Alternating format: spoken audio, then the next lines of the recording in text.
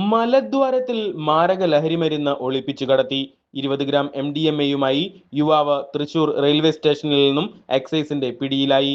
ആലുവ സ്വദേശി റിച്ചുവാണ് പിടിയിലായത്. യുവാവിനെ ആശുപത്രിയിലെത്തിച്ച ഡോക്ടറുടെ സഹായത്തോടെയാണ് മയക്കുമരുന്ന് പുറത്തെടുത്തത്.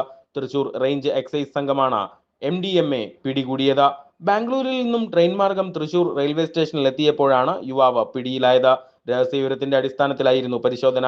ആദ്യഘട്ടത്തിൽ യുവാവിനെ പരിശോധിച്ചപ്പോൾ MDMA കണ്ടെത്തിയില്ല. പിന്നീട് തൃശൂർ ജില്ലാ ജനറൽ ആശുപത്രിയിൽ നടത്തിയ സ്കാനിങ്ങിലാണ് മയക്കുമരുന്ന് കണ്ടെത്തിയത്.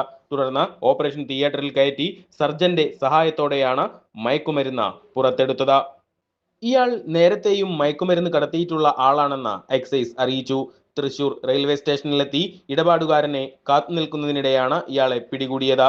ഇയാളുടെ ഫോൺ ഉൾപ്പെടെ എക്സൈസ് സംഘം പരിശോധിച്ച ലഹരിക്കടത്തിന് പുറകിലെ മറ്റു വിവരങ്ങൾ അന്വേഷിച്ചു വരികയാണ്.